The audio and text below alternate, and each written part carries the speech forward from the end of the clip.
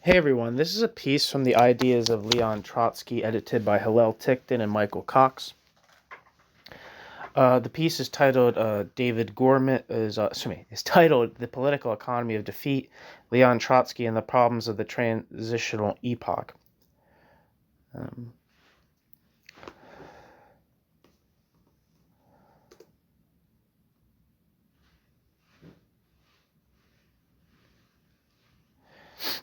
I have a cold, so I apologize for the nasaliness of my voice.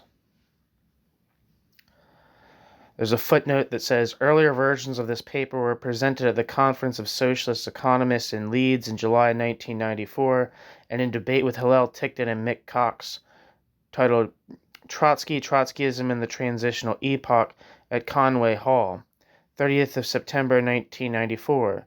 An extended version appears in Radical Chains number 5. Thanks to Gordon Alderson, Mick Cox, Robert Delaney, William Dixon, Mike Etkind, Alan Francis, Mike Neary, Annie Pike, Bob Shepard, Hillel Ticktin, and Lisa Ward for comments and criticisms.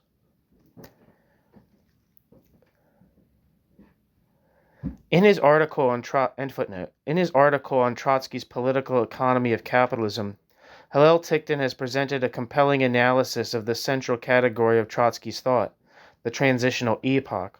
Although it was the basis of Trotsky's political practice from 1922 onwards, it has not previously been discussed in a critical manner. In contrast to the dogmatic certainties expressed in more orthodox circles, Ticktin's approach is refreshingly open and questioning. It is, indeed, a fine example of the kind of critical approach that will be necessary if Trotskyism is to reorient itself to the realities of the coming period. For this reason, Trotsky's argument deserves serious consideration. For Ticktin, the category of the transitional epoch is, quote, Trotsky's crucial theoretical innovation, end quote. Footnote. See Hillel Ticktin's Trotsky's Political Economy of Capitalism, which is reproduced in this volume. I've actually already read that piece, so it'll be up potentially by the time this is up. It is, quote, the period during which the old order is objectively declining, but the revolutionary forces of the working class have yet to defeat the old ruling class, end quote. Ticktin. While acknowledging that, quote, Trotsky never produced a political economy of the transitional epoch, end quote, Ticktin argues nevertheless that it, quote, may be pieced together, end quote. In Ticktin's account, it has three aspects, quote, in the first place, it is a period when capitalism has been overthrown in a part of the world without the introduction of socialism itself. In the second place, capitalism continues to decline. In the third place, the subjective aspect plays a crucial role as the leaders of both social democracy and Stalinism are seen as saving capitalism in this period, end quote. Ticktin. For Ticktin, quote, Trotsky's crucial perspective is one of a declining capitalism desperately seeking a way out of its old age. At certain periods, it was able to find a temporary alleviation through imperialism, fascism, war, and Stalinism/Cold War, but the palliatives have become ever more useless over time, end quote. Ticktin. Ticktin claims that Trotsky was, quote, the only Marxist theorist to put the subjective into political economy, end quote, analyzing, quote, the movement of capital, end quote, as, quote, part of the class struggle and not just as an unconscious movement of rates of profit, end quote. Ticktin. This, for Ticktin, is one of the major strengths of Trotsky's understanding of the transitional epoch. Ticktin also draws a clear distinction between Trotsky's, quote, dialectical work of the 1920s and the more, quote, rigid and mechanical, end quote, approach of the later 1930s, and speaks of Trotsky's, quote, dialectical decline, end quote. Ticktin. This enables Ticktin to separate the category of the transitional epoch from the catastrophist perspective contained in the transitional program. For Ticktin, the key formulation of Trotsky's political economy of transition is found in Trotsky's Report on the World Economic Crisis and the New Tasks of the Comintern, which Trotsky presented at the Third Congress of the Communist International in 1921. By stressing this account and downplaying the importance of the transitional program, Ticktin is able to offer an apparently strong foundation for a revitalized Trotskyism that transcends the legacy of the Fourth International. Ticktin's view is carefully argued, and if correct, has important political implications. In what follows, however, I intend to challenge Ticktin's distinction between the dialectical Trotsky of the 1920s and the mechanical Trotsky of the Fourth International. In particular, I want to show that while subjective and objective factors were indeed present in Trotsky's formulations of the early 1920s, Trotsky did not theorize these subjective and objective factors as two aspects of a unified whole, but tended always to separate them. Footnote: this understanding of subjective and objective is common on the left and following from a view of commodity fetishism that I have analyzed in the piece The Myth of Working Class Passivity, published in Radical Change, and the article Franz Jakubowski, Consciousness and Political Economy in Radical Change, 1991.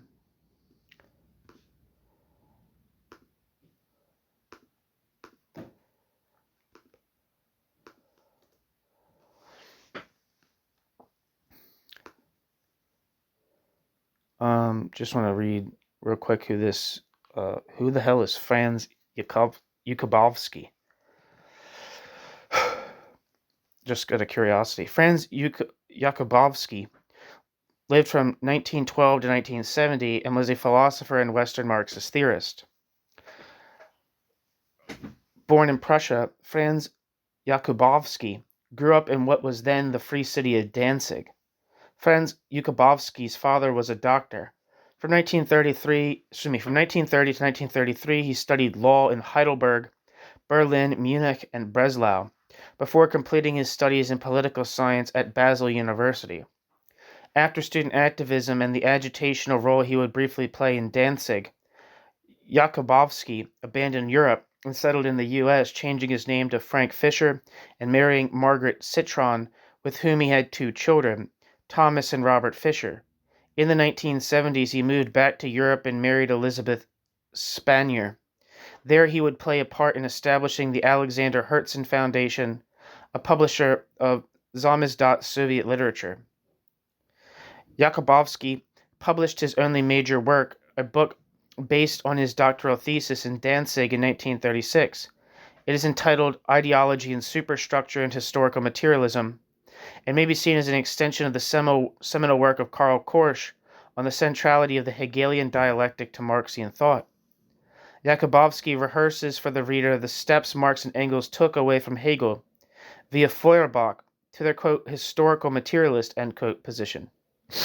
Its unique contribution to Marxian thought is the clarity of its exposition of the relationship between subject and object in Marxian theory. Quote, in order to combat a widespread misunderstanding, it must be stressed that the superstructure is real. Lenin in particular tended to overlook this when Lenin contrasted being and idea in his, quote, reflection theory. The superstructure is no less real than the superstructure's base. The terms, quote, reflection and, quote, to reflect, which Engels was fond of using when Engels was discussing ideological superstructure, can be misleading. These terms are meant to indicate something about the relationship between base and superstructure, not to describe the superstructure itself. There are in fact two forms of reality, the material reality and the, quote, ideal reality, i.e. the reality of human ideas. Political and legal superstructure are as real as the base. Both are social relations consisting of human relationships. Both exist in the idea but are also material realities. As Marx said in The Holy Family, quote, the communist workers know full well that property, capital, money, wage labor, etc. are in no way the mere creations of their imagination, but are the extremely concrete and practical results of their own self-alienation, end quote. And the same is true of non-economic relationships. The reality of social ideas, then, forms a necessary and constituent part of the material reality of social relationships. Material relations are what material relations are, only in conjunction with the ideas which correspond to them. Material relations are what they are only in conjunction with the ideas which correspond to them. The reality of both is expressed by their social efficacy. End quote. Ideology and Superstructure, Franz Jakubowski. Ideology and Superstructure, the book, also offered a critique of competing interpretations of Marxian thought, particularly that associated with Karl Kautsky and Max Adler. History has not been kind to Jakubowski. Jakubowski's one contribution is still read in certain small Marxist political currents and occasionally touches the fringes of academic study. For example, a brief review in the journal Radical Philosophy by the British philosopher Kate Soper.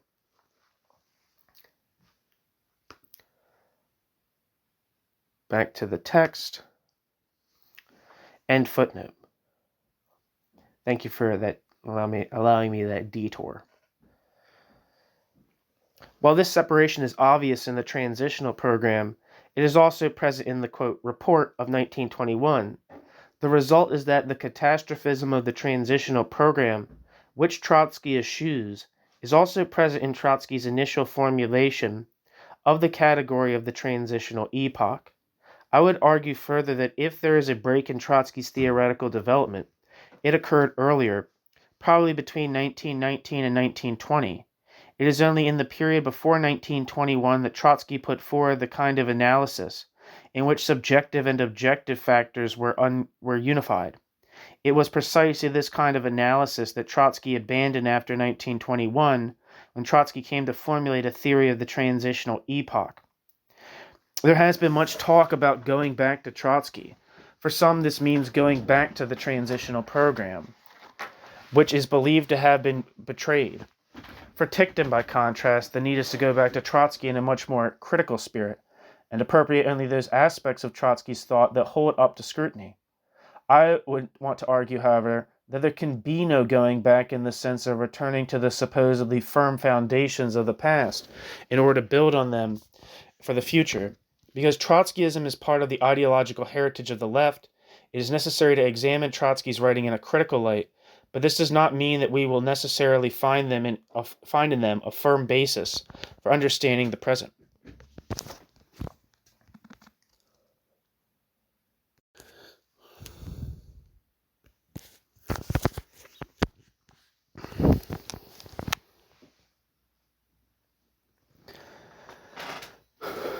New section. The development of the theory. Trotsky's understanding of transition was formed in the period after the October Revolution, and must be understood in that context. Trotsky had initially seen transition in terms of a spontaneous urge of the proletariat leading directly to the seizure of power, but by 1922, Trotsky had begun to speak of a transitional, quote, epoch. This concept was given its best-known formula in 1938 in the transitional program, but its essential features had been established by 1922. It was a view that stayed with him for the rest of his life. From the summer of 1917 and up to and including 1919, Trotsky's perspective was one of an immediate conquest of power by the proletariat. Like Lenin, Trotsky argued that the imperialist war had demonstrated that the productive forces could no longer develop within their capitalist form. Russia was the weakest link in the capitalist chain, and the Russian Revolution merely the starting point for the world's socialist revolution. The basis for the new society was already present objectively in the collapse of the existing society and the development of statized property, and subjectively in the form of the workers' soviets. The statization of economic life was a fact. Quote, "Today, the one and only question is, who shall henceforth be the bearer of statized property, the imperialist state or the state of the victorious proletariat?" End quote. Footnote, see Trotsky, the first five, that quote is from Footnote, Trotsky, the First 5 Years of the Communist International, Volume 1. For a critique of Lenin's understanding of transition, see Dixon and Gorman's article, The Hidden Political Economy of the Left, published in Radical Chains, No. 3, 1991. End footnote.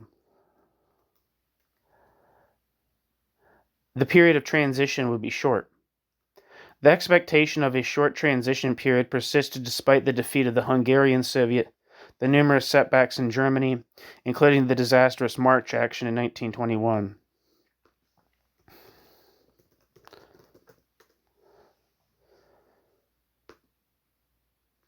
Wikipedia says the Hungarian Soviet Republic,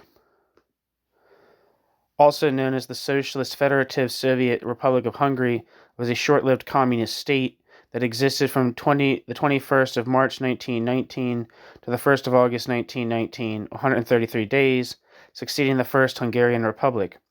The Hungarian Soviet Republic was a small communist rump state, which at its time of establishment controlled approximately only 23% of Hungary's historic territory. The head of government was Sándor Garbai, but the influence of the foreign minister, Bela Kun, of the Party of Communists in Hungary was much stronger, unable to reach an agreement with the Triple Entente, which maintained an economic blockade of Hungary. In dispute with neighboring countries over territorial disputes, and beset by profound internal social changes, the Hungarian Soviet Republic failed in its objectives and was abolished a few months after its existence. Its main figure was the communist Bela Kun. Despite the fact that in the first days the majority of the new government consisted of radical social democrats, the new system effectively concentrated power in the governing councils, which exercised it in the name of the working class.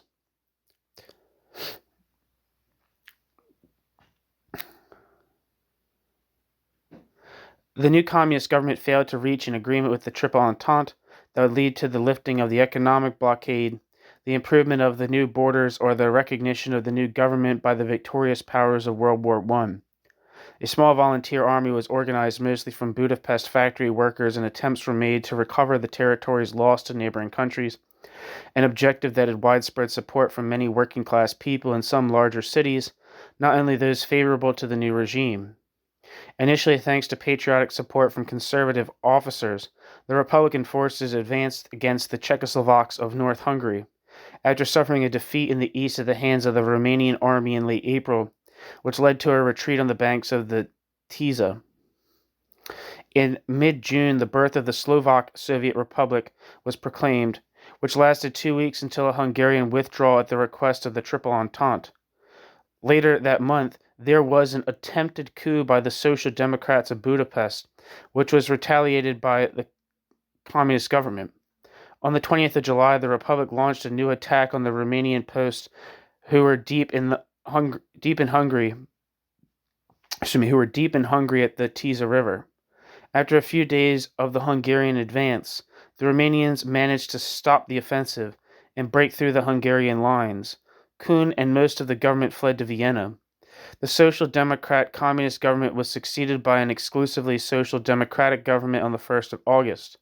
The Communists left Budapest and went abroad. Despite the opposition from the Entente, the Romanians entered Budapest, the Hungarian capital, on the 4th of August.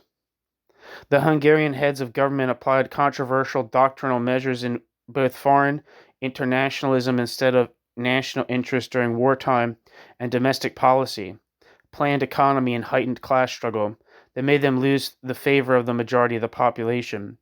The attempt of the new executive to profoundly change the lifestyle and the system of values of the population proved to be a resounding failure.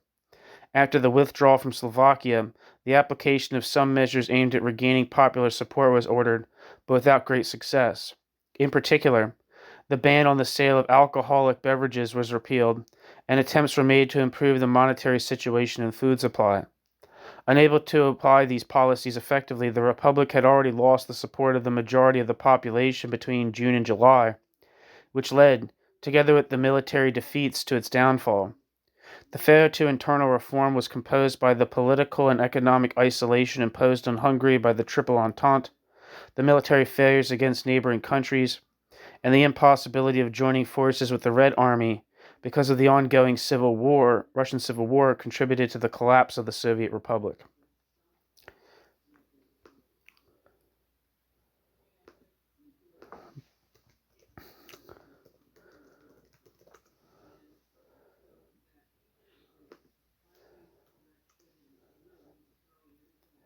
And Wikipedia says the March action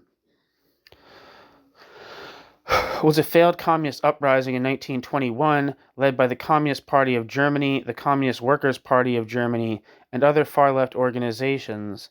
The march action took place in the industrial regions of Halle, Leuna, Merseburg, and Mansfeld in the province of Saxony. The revolt ended in defeat for the communists and a weakening of contemporary communist influence in Weimar Germany.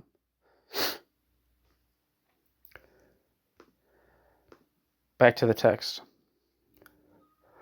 The tempo of revolutionary development had been slower than expected, and capitalism had survived the crisis of the immediate post-war years and was even experiencing a further period of boom.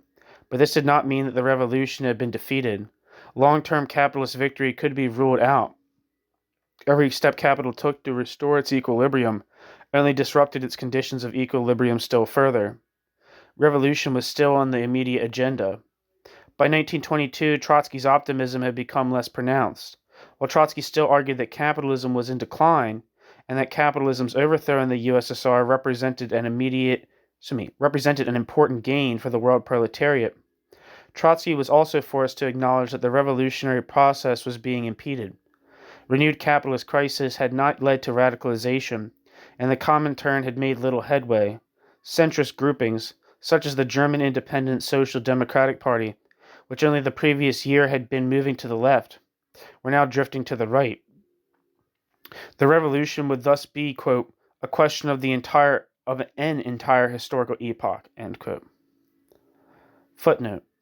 See Trotsky's, quote is from Trotsky's The First 5 Years of the Communist International, Volume 2. End footnote. In this epoch, in which socialism was both an objective possibility and a real necessity, what held back revolution was the subjective factor. Starting from the assertion that capitalism was in decline and could therefore be overthrown, Trotsky's analysis seems to offer a firmer basis for revolutionary intervention than most of its rivals. It explains the role of reformism in holding back the revolution, but argues that as capitalism declines, the productive forces begin to decompose, and the space for reform becomes ever more limited. While this forces the working class to struggle against capitalism as a whole, it does not make socialism inevitable. Recognizing that there is no automatic breakdown or general crisis of capitalism, followed by the immediate introduction of socialism, the theory thus seems to recognize the difficult and protracted nature of the transition.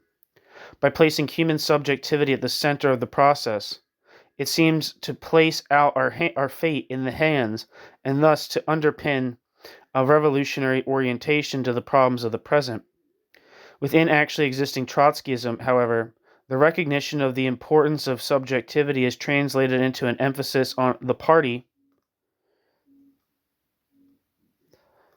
as bearer of consciousness that in many ways is incompatible with the supposed commitment to proletarian self-emancipation. Belief that the objective conditions for revolution have matured, and that subjective conditions have merely to be pushed into effect, has resulted in explanations which exist at a merely subjective level. Tied in with a lack of success, this has only bred intolerance and sectarianism. It also raises doubt about a return to Trotsky. Is there indeed a Trotsky to return to who is free of the catastrophism of the Fourth International? New section. Consciousness and Political Economy. Trotsky in 1919. Lying behind Trotsky's revolutionary optimism in the period from 1917 to 1919 was an understanding of the political economy of capitalist development which recognized the interaction of subject and object. In an article written in 1919, En route, Thoughts on the Progress of the Proletarian Revolution.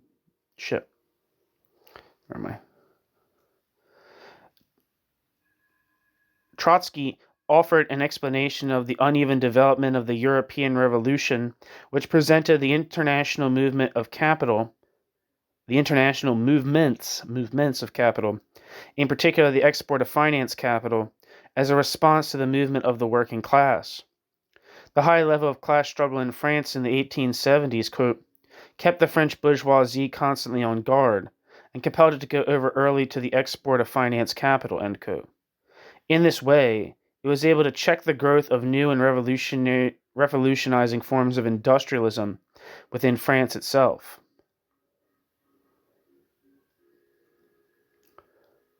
This helped to check the progress of the class struggle in France, but only at the cost of exporting the revolution to Russia. Quote, nurtured under the high pressure of foreign finance capital, Russian capitalism in the course of a few decades gave a form to a million-headed working class which cut like a sharp wedge into the milieu of all Russian political barbarism, end quote. Trotsky. The first 5 years of the Communist International. The internationalization of capital in the late 19th century had reduced internal antagonisms only by intensifying international antagonisms, which eventually broke out in the form of imperialist war. Imperialist war disrupted an already shaky capitalist equilibrium and pushed the proletariat towards revolution. The revolution broke out first in Russia precisely because it was the weakest link in the capitalist chain. It was this emphasis on the role of the class struggle in mediating transitions from one form of accumulation to another that explains Trotsky's optimism in the period immediately after the October Revolution. In this instance, Trotsky's analysis can be seen as combining objective and subjective elements, or rather distinguishing the two aspects within the whole. At the same time, however, in analyzing the internal regimes resulting from the export of finance capital, Trotsky fell back on a crudely quantitative theory of imperialism, which tended towards a separation of subjective and objective conditions. Quote, fearful of the growth of the French Revolution in size and power, the French bourgeoisie preferred to export its capital and to reap profits from Russian industrial enterprises. The task of curbing the Russian workers was therewith unloaded on the Russian Tsar. In this way, the economic might of the French bourgeoisie also rested directly on the labor of the Russian proletariat. End quote.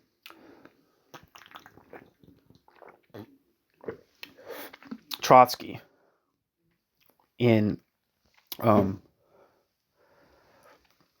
first 5 years of the Communist International.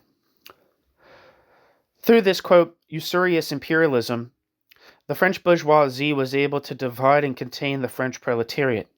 The British bourgeoisie, too, was able, quote, to separate the top labor layer from the bottom strata, creating an aristocracy of, quote, skilled labor, and instilling into it a trade union caste spirit, end quote. Trotsky. The first 5 years of the Communist International, Volume 1.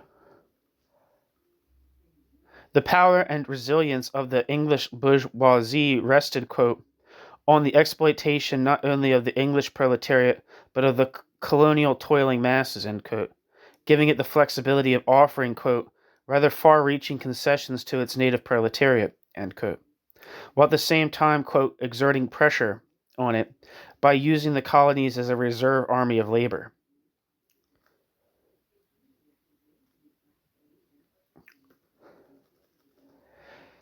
We see here, alongside a profound analysis of the interaction of subjective and objective in the historical process, a tendency also to split the subjective and objective in the historical process. Trotsky's understanding of the forces preventing the generalization of the Russian Revolution was much weaker than his understanding of why the revolution had broken out first in Russia. Reformism, in this analysis, was based primarily on the ability of capital to make quantitative concessions out of imperialist superprofits. Once this material basis was gone, there could be no basis for reformism, and hence no reformism. In the years after 1921, when Trotsky began to focus on the failure of the revolution, it was this cruder side of Trotsky's thought which came to dominate. In the years after 1921, when Trotsky began to focus on the failure of the revolution, it was this cruder side of his thought which came to dominate. After 1921, Trotsky came more and more to treat objective and subjective as distinct spheres. In doing so, Trotsky effectively identified the objective conditions with the social whole, a view which presupposed a theory of materialism in which ideas were mere reflections of objective reality. This inevitability had consequences for his conception of practice. We shall examine what led to this separation in thought and what the consequences were. New section, Equilibrium, Crisis and Boom. The category of the Transitional Epoch has its roots in Trotsky's understanding of capitalist decline, and this in turn was rooted in his understanding of capitalist, quote, equilibrium, and the, quote, curve of capitalist development. These categories were first fully formed in July 1921 in Trotsky's, quote, Report on the World Economic Crisis and the Tasks of the Communist International.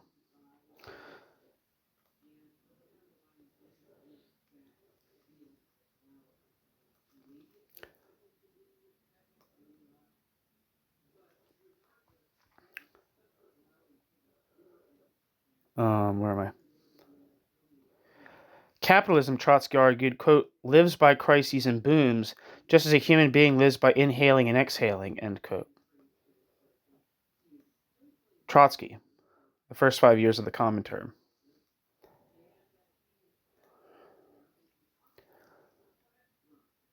This cycle of boom and bust constitutes the basic equilibrium of capitalist society, one that is constantly disrupted and restored. The economic equilibrium is the basis of a political equilibrium through which social tensions and antagonisms are contained within limits, and they thus serve to advance the development of the productive forces, rather than to hinder this development. Once this equilibrium begins to collapse, however, the productive forces begin to decompose. Capitalism is in decline.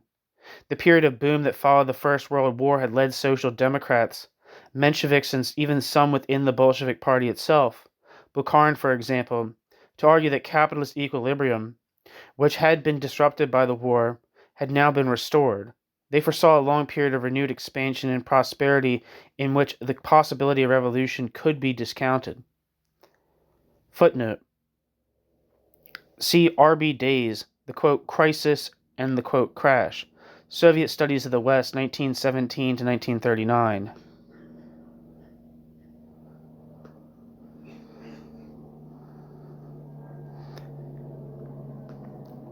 I'm going to look this book up.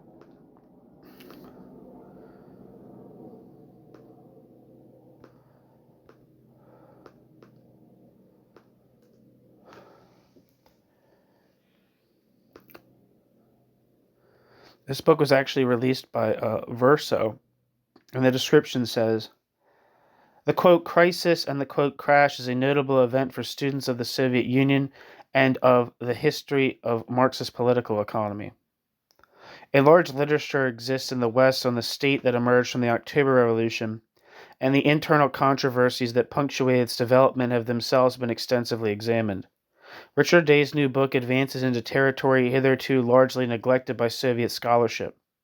The complex debate among economists and politicians about the course and fate of the capitalist system.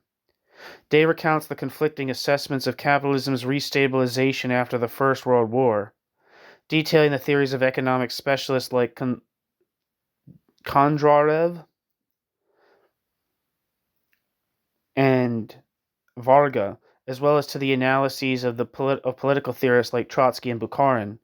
Day traces the Soviet response to the 1929 slump and documents the mounting political interference in scientific economic controversy by the Stalin leadership, culminating in the scurrilous assault on the most original Soviet economists of the 1920s, Evgeny Preobrazhensky. This scholarly book concludes with an account of the Soviet reactions to the new era, inaugurated by sweeping state intervention designed to eliminate capitalist crisis, as embodied in the diverse examples of Nazism and Roosevelt's New Deal. Back to the text and footnote.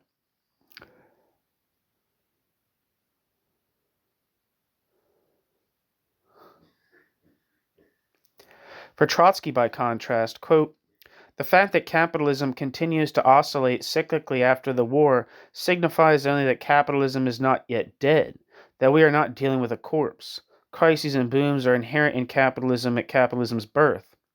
They will accompany it to its grave.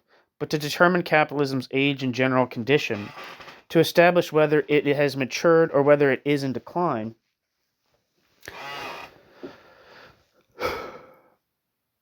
one must diagnose the character of the cycles. In much the same manner, the state of the human organism can be diagnosed by whether the breathing is regular or spasmodic, deep or superficial, and so on, end quote. Trotsky.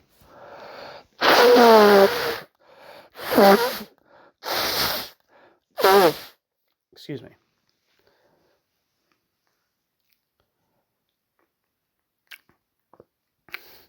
In judging the political situation, the cycle of boom and crisis was not the most important factor to be considered.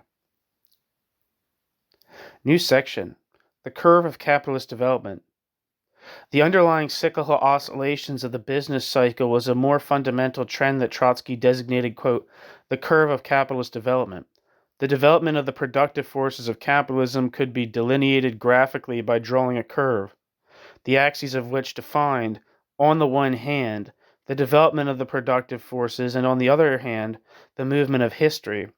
This curve would be, quote, a composite of two movements, a primary movement which expresses the general upward rise of capitalism, and a secondary movement which consists in the constant oscillations corresponding to the various industrial cycles. End quote. Trotsky. Quote, in periods of rapid capitalist development, the crises are brief and superficial in character, while the booms are long-lasting and far-reaching. In periods of capitalist decline, the crises are of a prolonged character, while the booms are fleeting, superficial, and speculative.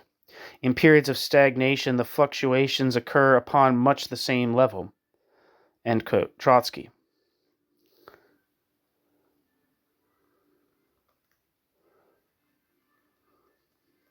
In the course of a boom, the productive forces expanded. During crisis, they contracted. So long as the expansion of the productive forces in each boom more than compensated for their destruction in the course of each crisis, the productive forces of capitalism would continue to develop. But this need not be the case. The 138 years that had followed the American War of Independence, for example, could be divided into 5 distinct epochs of capitalist development, characterized by the nature of the series of cycles in each period. Firstly, in the period from 1781 to 1851, the development of the capitalist economy, measured in terms of output, trade figures, and so on, had been marginal. Quote, the development is very slow, there is scarcely any movement observable. End quote. In the second period from 1851 to 1873, the quote, curve of development rises steeply. End quote. This epoch of capitalist expansion was followed from 1851 to approximately 1894 by a, quote, epoch of depression, end quote, in which trade stagnated. A fourth period, characterized by conditions of boom, lasted from 1894 to 1913. Then from 1914 came a fifth period, quote, the period of the destruction of the capitalist economy, end quote. Trotsky. New section: the theory of capitalist decline. Following the scheme of development outlined in the, quote, preface to Marx's Contribution to the Critique of Political Economy of 1859, Trotsky argued that by 1913 the social relations of capitalism had become fetters on the further development of the productive forces. Quote, there obtains today not alone in Europe, but on a world scale, a situation which permits us, from the standpoint of Marxism, to say with complete assurance that the bourgeois system has completely drained itself. The world productive forces cannot develop further within the framework of bourgeois society. End quote. Trotsky, The First 5 Years of the Communist International, Volume 2.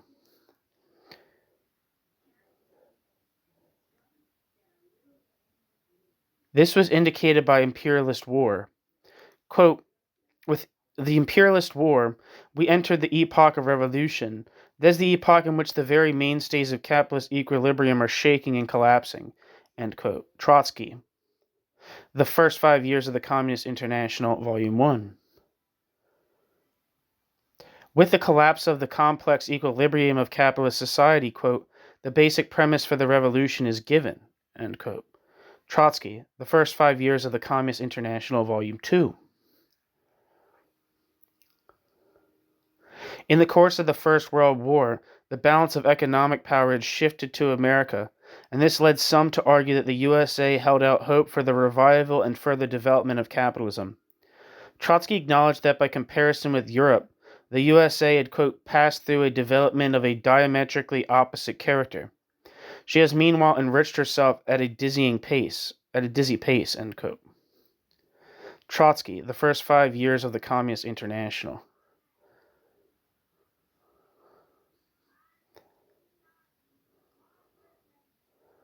Volume 1.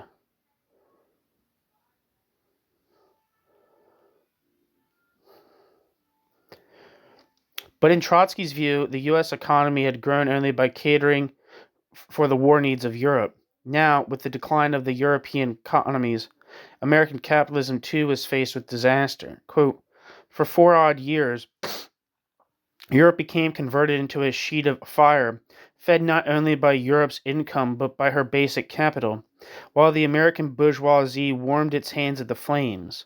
America's productive capacity has grown extraordinarily, but her market has vanished because Europe is impoverished and can no longer buy American goods. It is as if Europe had first done everything in her power to help America to the topmost rung and then pulled the ladder out. End quote. Trotsky, The First 5 Years of the Communist International, Volume 1. While the living standards of American workers had undergone, quote, undeniable improvement, end quote, quote, today and in the next period, American workers will not have the means for automobiles and silk skirts, end quote. Trotsky, The First 5 Years of the Communist International, Volume 1. The possibility of a prolonged period of capitalist recovery thus could be ruled out. Capital could not restore the conditions of capital's equilibrium. Quote, if we grant, and let us grant it for a moment, that the working class fails to rise in the revolutionary struggle, but allows the bourgeoisie the opportunity to rule the world's destiny for a long number of years, say 2 or 3 decades, then assuredly some sort of new equilibrium will be established. Europe will be thrown violently into reverse gear. Millions of European workers will die from unemployment and malnutrition. The United States will be compelled to reorient itself in the world market, reconvert its industry, and suffer curtailment for a considerable period. Afterwards, after a new world division of labor is thus established in agony for 15 or 20 or 25 years, a new epoch of capitalist upswing might perhaps ensue, end quote. Trotsky, The First 5 Years of the Communist International, Volume 1.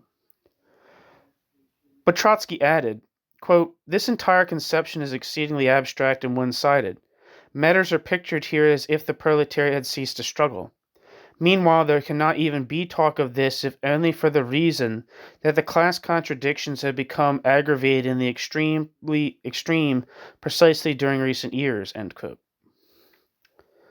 Trotsky, The First 5 Years of the Communist International, Volume 1.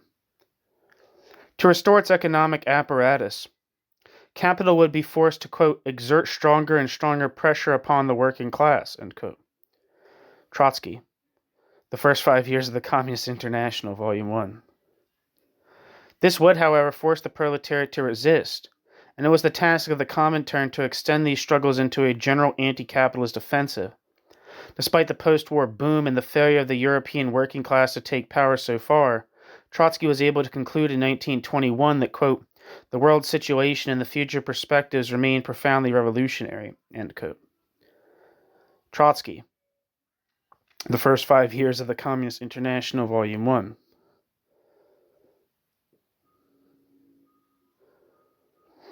To restore the economic apparatus, capital would be forced to, quote, exert stronger and stronger pressure upon the working class, end quote. Trotsky. This would, however, force the proletariat to resist, and it was the task of the Comintern to extend these struggles into a general anti-capitalist offensive. Despite the post-war boom and the failure of the European working class to take power so far, Trotsky was able to conclude in 1921 that, quote, the world situation and the future perspectives remain profoundly revolutionary, end quote. Trotsky, The First 5 Years of the Communist International, Volume 1. New section. The Political Economy of the Transitional Epoch.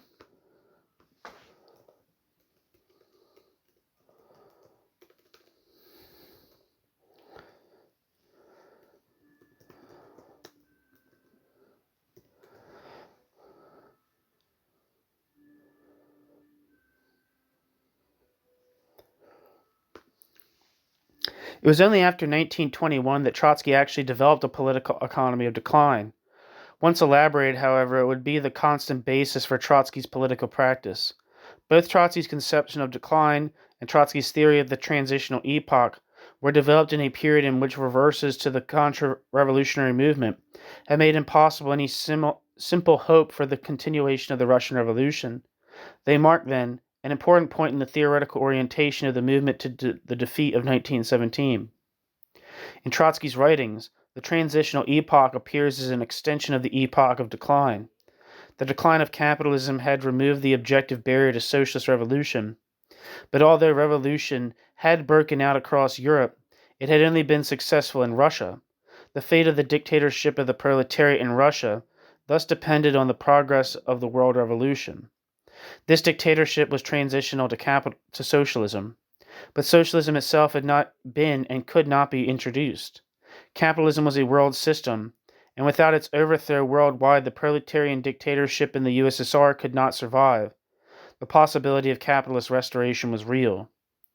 Although there was no objective barrier to socialist revolution, the perspective of a spontaneous upsurge in a short transition period had been shown to be false.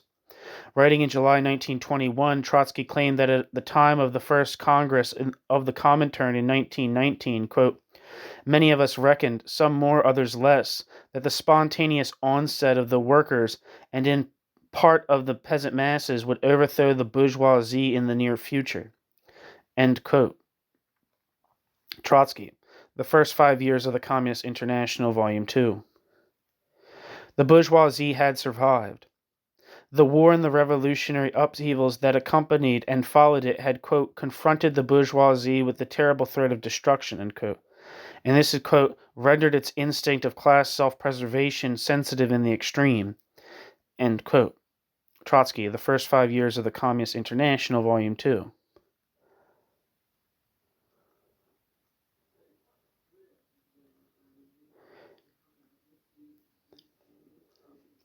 Indeed, Europe and the world as a whole were now, quote, passing through a period which is, on the one side, an epoch of the disintegration of the productive forces of bourgeois society, and on the other side, an epoch of the highest flowering of the counter-revolutionary strategy of the bourgeoisie.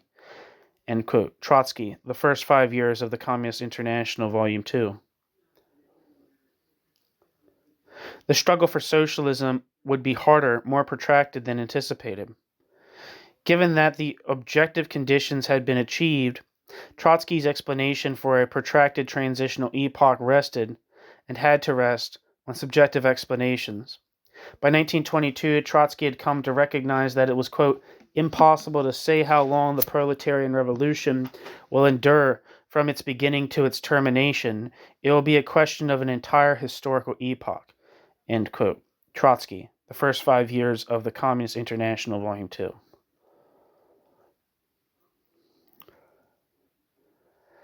The, quote, ill-starred character, end quote, of the transitional epoch was determined by the fact that, quote, the bourgeoisie is no longer capable of ruling while the working class is still incapable of seizing power, end quote.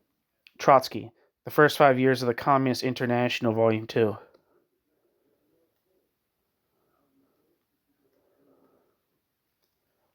What held back the revolution was the fact that the working class had not yet rid itself of reformist prejudices.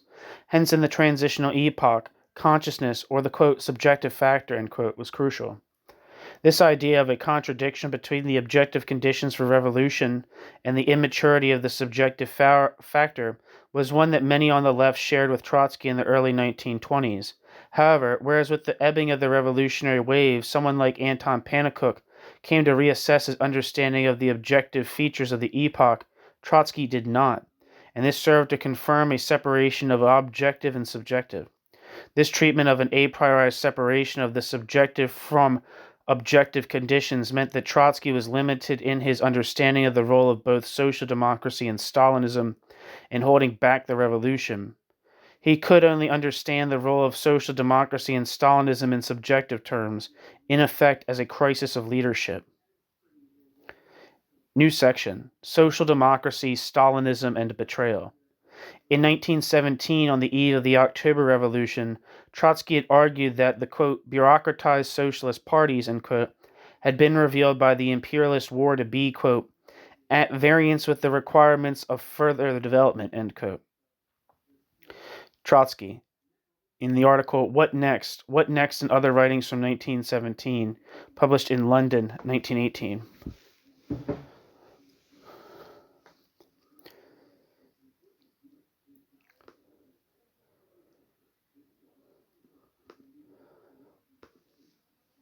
I'm going to look that book up and see if there's anything special.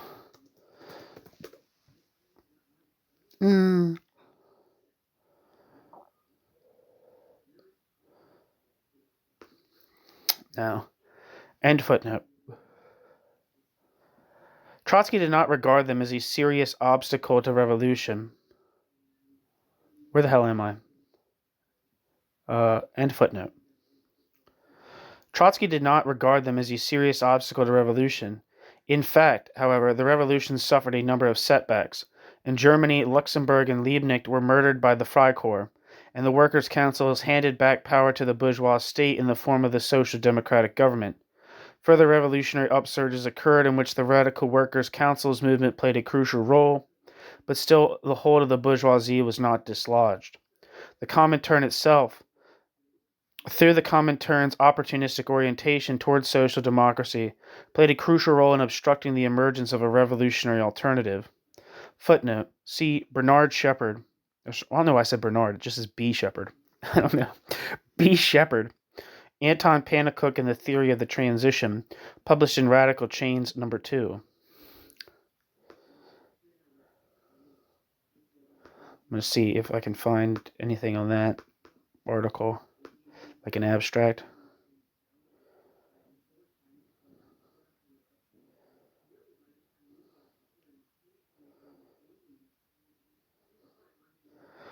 Oh. Looks like someone has put some of this stuff on YouTube, so look at that. That's badass. Congratulations. I hope people are listening to it.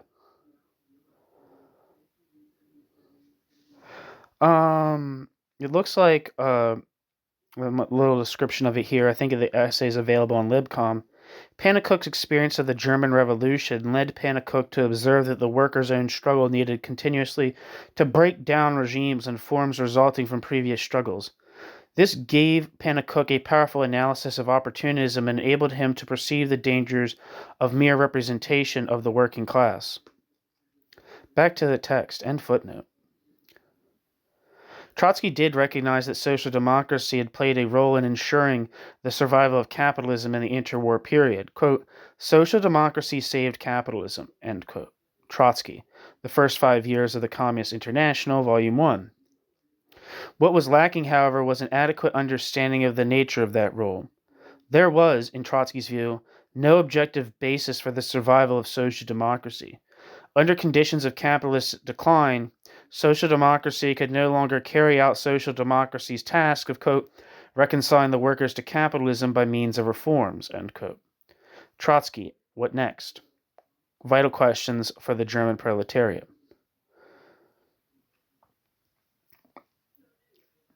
A sustained period of reform was generally impossible. Social democracy could offer only sops and bribes that could not be of lasting significance. Social democracy's survival is explained by reference to subjective factors and conditions.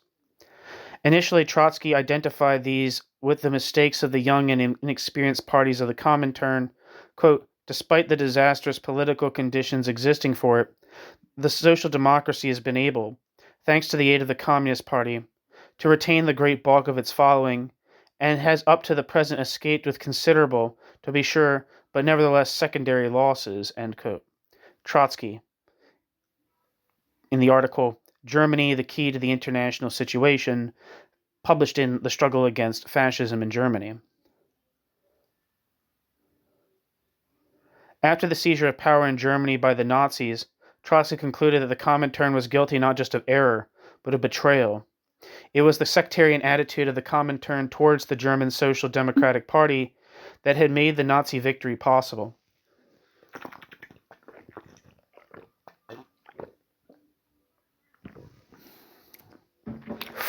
In the transitional program, therefore, Trotsky spoke of the, quote, definite passing over of the Comintern to the side of the bourgeois order, end quote.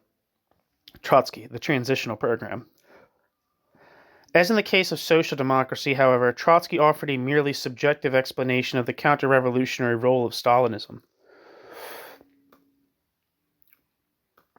New section, the Fourth International and the Crisis of Revolutionary Leadership. Trotsky's orientation to the Comintern was consistent with Trotsky's understanding of the epoch in which, quote, the objective prerequisites for the proletarian revolution have not only, quote, ripened, they have begun to get somewhat rotten. It is now the turn of the proletariat, that is, chiefly of its revolutionary vanguard. The historical crisis of mankind is reduced to the crisis of the revolutionary leadership. End quote. Trotsky. The Transitional Program. For the Fourth International, the strategic task was one of, quote, overcoming the contradiction between the maturity of the objective revolutionary conditions and the immaturity of the proletariat and its vanguard. End quote. Trotsky, Transitional Program. The proletariat was confronted by a situation in which, quote, there can be no discussion of systematic social reforms and the raising of the masses, end quote. Living standards, when every serious demand of the proletariat and even every serious demand of the petite bourgeoisie inevitably reaches beyond the limits of capitalist property relations and of the bourgeois state. End quote. Trotsky, the Transitional Program. Social democracy had divided its program into two parts. A, quote, minimum program of immediate social reforms achievable under capitalism, and a, quote, maximum program of social revolution. While this was feasible in a period of capitalist ascendancy, in capitalism's epoch of decline, capitalism could grant no further reforms, and had even to dismantle those won in the earlier period. Hence what was necessary was a series of, quote, transitional demands. The essence of these demands was, quote, contained in the fact that even more openly and decisively, they will be directed at the very bases of the bourgeois regime, end quote. Trotsky, Transitional Program. A program of transitional demands would constantly escalate and exacerbate the revolutionary situation, and drive the working class towards revolution. Quote, not one of the transitional demands can be fully met under the conditions of preserving the bourgeois regime, end quote. Trotsky, the Transitional Program. The second new section, the Second World War, the post-war boom, and the crisis of the Fourth International. Writing shortly after the outbreak of the Second World War, Trotsky argued that the war itself, quote, attests incontrovertibly to the fact that society can no longer develop on the basis of capitalism.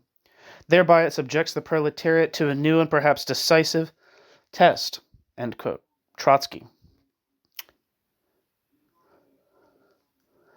It would test, quote, not only the stability of the existing regimes, but also the ability of the proletariat to replace those existing regimes, end quote.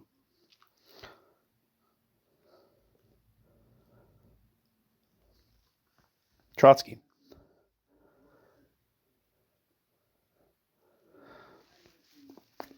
On the one hand, the war might, as Trotsky firmly expected, provoke revolution. This would pave the way for socialism and the regeneration of Soviet democracy in the USSR. On the other hand, if capitalism was not overthrown, the result would be, quote, the further development of monopoly capital, its further fusion with the state and the replacement of democracy wherever it still remained by a totalitarian state, end quote. Trotsky. Should the proletariat seize power in the advanced capitalist countries only to surrender it to a privileged bureaucracy, Trotsky concluded, quote, then we would be compelled to acknowledge that the reason for the bureaucratic relapse is rooted not in the backwardness of the country and not in the imperialist environment, but in the congenital incapacity of the proletariat to become a ruling class, end quote. Trotsky. The war did not lead to the collapse of capitalism, nor did the war result in successful revolution. As capitalism began to take off into the long post-war boom through the incorporation of social democracy, and Stalinism consolidated and expanded its hold over Eastern Europe, the raison d'etre of the Fourth International collapsed. An already weak and divided movement, the Fourth International splintered and disintegrated into mutually antagonistic sects, all of which claimed to hold the, quote, spotless banner of the real Fourth International. New section. Objectivity, subjectivity, and the need for the party. The case for the party as the bearer of consciousness had already been stated by Lenin in 1902, but after 1917, Lenin's prescriptions acquired a renewed urgency. Trotsky's primary emphasis was on the ripeness of the objective conditions for revolution and the need to bring subjectivity into line. Quote, "The class, taken by itself, is only material for exploitation. The proletariat assumes an independent role only at that moment when from a social class in itself, the proletariat becomes a political class for itself. A political class for itself. This cannot take place otherwise than through the medium of a party. The party is the historical organ by which the class becomes class conscious." End quote. Trotsky, in What Next? Vital Questions for the German Proletariat. The tendency was, thus, more and more for the subjective factor to be identified with the party. Quote, "The role of the subjective factor in a period of slow organic development can remain quite a subordinate one. But as soon as the objective prerequisites have matured, the key to the whole historical process passes into the hands of the subjective factor, that is, the party." End quote. Trotsky, the Third International after Lenin. Explanation of historical development had been reduced to the subjective level, underwriting a political practice of intense activism, frantic party building, and constant injunctions to work harder to exploit every revolutionary possibility. It also resulted in a siege mentality which sealed off party activists from the outside world. By separating objective and subjective conditions and placing the onus of history on an isolated subjectivity, Trotsky had made the program of Trotskyism impervious to criticism. Because the objective conditions for the revolution were right, all that held back the movement was the subjective factor. From this, there was an easy slide into treating attempts to reassess the objective situation as a sign of false consciousness, confusion, and the influences of reaction.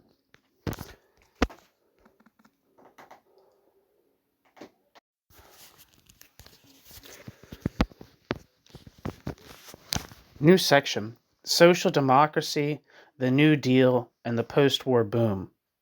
Trotsky did recognize that the outcome of the Second World War would, quote, "undoubtedly have a decisive significance for our appraisal of the modern epoch as the epoch of proletarian revolution." End quote. Trotsky, quote, "If contrary to all probabilities the October Revolution fails during the course of the present war, or immediately thereafter, to find the October Revolution's continuation in any of the advanced countries, and if on the contrary the proletariat is thrown back everywhere and on all fronts, then we should doubtless have to pose the question of revising our conception of the present epoch and our present epoch's driving forces." End quote. Trotsky, we cannot say how Trotsky would have responded to post-war developments had Trotsky lived to see them. However, an adequate understanding of these developments would have required Trotsky to question his separation of objective and subjective. It would have required fundamental theoretical reorientation. In the 1920s, Trotsky had argued that to restore its productive apparatus, capitalism would be forced to cut wages and intensify work. Existing concessions could only be short-term solutions. Capitalism had reached its limits and there could be no epoch of reform. Reforms merely intensify the already existing economic chaos, and to restabilize itself, capital would have to eradicate them. The European proletariat would not, however, accept such sacrifices. Quote, "It demands a high standard of living, which is in direct contradiction to the objective possibilities of the capitalist system. Hence the strikes and uprisings, hence the impossibility of economic reconstruction of Europe." End quote. Trotsky, The First 5 Years of the Communist International, Volume 1. From Trotsky's perspective, the bourgeoisie was able at most to make only short-term concessions and provide, quote, "sops" and, quote, "bribes" to particular sections of the working class in order to split the proletariat. These sops and bribes could not be transformed into reforms. Bourgeois society would be forced rather to repress. Quote, "When the bourgeoisie resorted after the war to throwing sops to the working class, the conciliators obsequiously converted these SOPs into reforms, the 8-hour day, unemployment insurance, and so on, and discovered amid the ruins the era of reformism, end quote. This is exactly what Trotsky denied was possible. Already in 1921, Trotsky argued the world was passing through an epoch not of reform but of, quote, counter-revolution.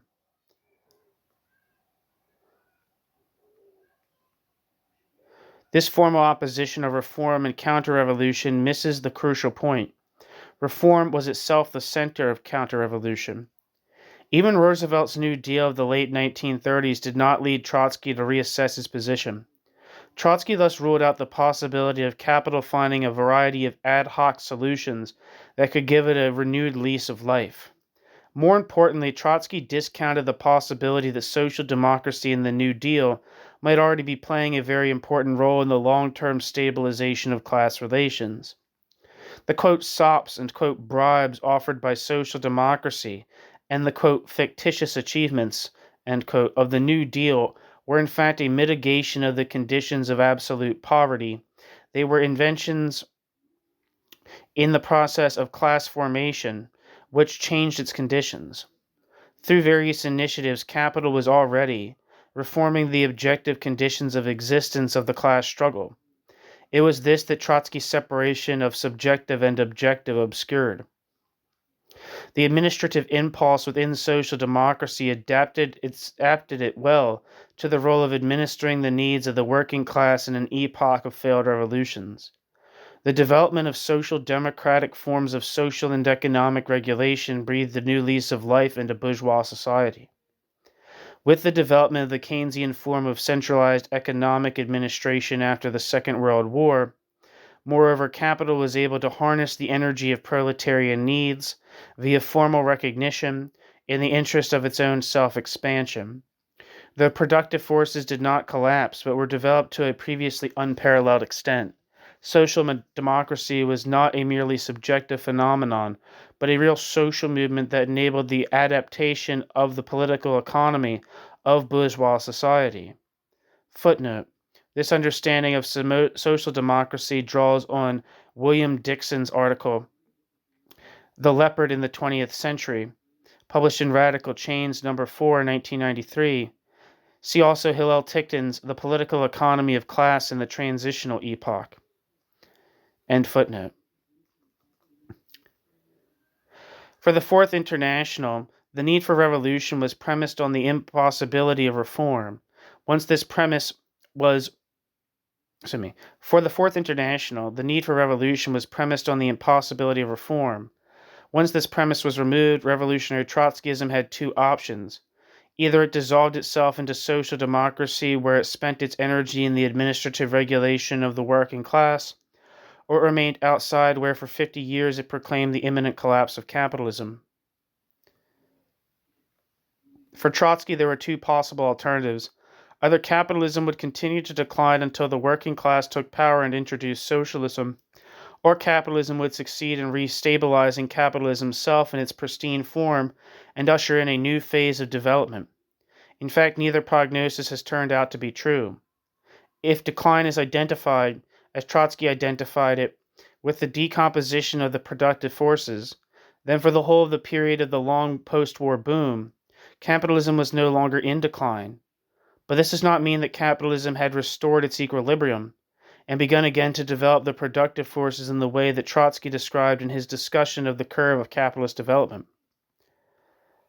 For the revolutionary upheavals of 1917 to 1923 were indeed a watershed in capitalist history, although not in the way that Trotsky or anyone else understood it. The period of revolution punctuated the transition to a new form of capital accumulation, based on incorporation of social democratic reformism into the basic structure of capitalist society. The subjective factor interpenetrated with the objective conditions of accumulation and transformed them. New section: The theory of transition and the experience of defeat. It was only after the defeat of the revolution that Trotsky began to try to elaborate a theory of transition. Trotsky's understanding of transition was shaped, informed, and conditioned by the collapse of the revolution. At the back of Trotsky's mind lay the fate of the Russian Revolution itself. A theory of transition must include a description or account of movement from one form of society to another. In Trotsky's account, such movement is absent. Instead, what Trotsky offers is the absence of movement, a condition of stalemate, the mutual ruination of the contending classes. Trotsky's theory of transition looks more like a description of defeat. What Trotsky had described as a system that could not develop any further, and not a process of transition from one social system to another. In the early 1920s, Trotsky had argued that the imperialist war had revealed that capitalism could no longer develop the productive forces. This meant that revolution was necessary. But insofar as capital could not defeat the working class could not impose the working class's rule. There was no reason why humanity should break out of the existing order. The resistance of the working class prevented the recovery and further development of capitalism, but that was all. Barbarism was in fact the most likely outcome. Indeed, the conditions that Trotsky identified as the objective conditions for socialism looked more like those of barbarism. Quote, "The economic prerequisite for the proletarian revolution has already in general achieved the highest point of fruition that can be achieved under capitalism. Mankind's productive forces stagnate. Already new inventions and improvements fail to raise the level of material wealth. Conjunctural crises under conditions of the social crisis of the whole capitalist system inflict ever heavier depredations and sufferings upon the masses. Growing unemployment, in its turn, deepens the financial crisis of the state and undermines the unstable monetary systems. Democratic regimes as well as fascist stagger on from one bankruptcy to another." End quote. Trotsky, The Transitional Program. New section. Is there a future for Trotskyism? Trotsky's undeniable insight was that in the period after the First World War, it was equally impossible for capital to reimpose capital's rule and for the working class to abolish it. This is an insight that should not be overlooked. On the other hand, it was one that Trotsky shared with others, notably left communists such as Anton Pannekoek, Otto Rühle, and Hermann Gorder.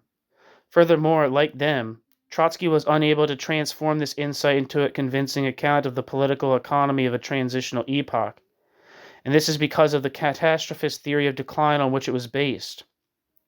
A theory of decline which stresses the collapse of the productive forces is unable to bear a theory of transition, which presupposes years and even decades of stalemate.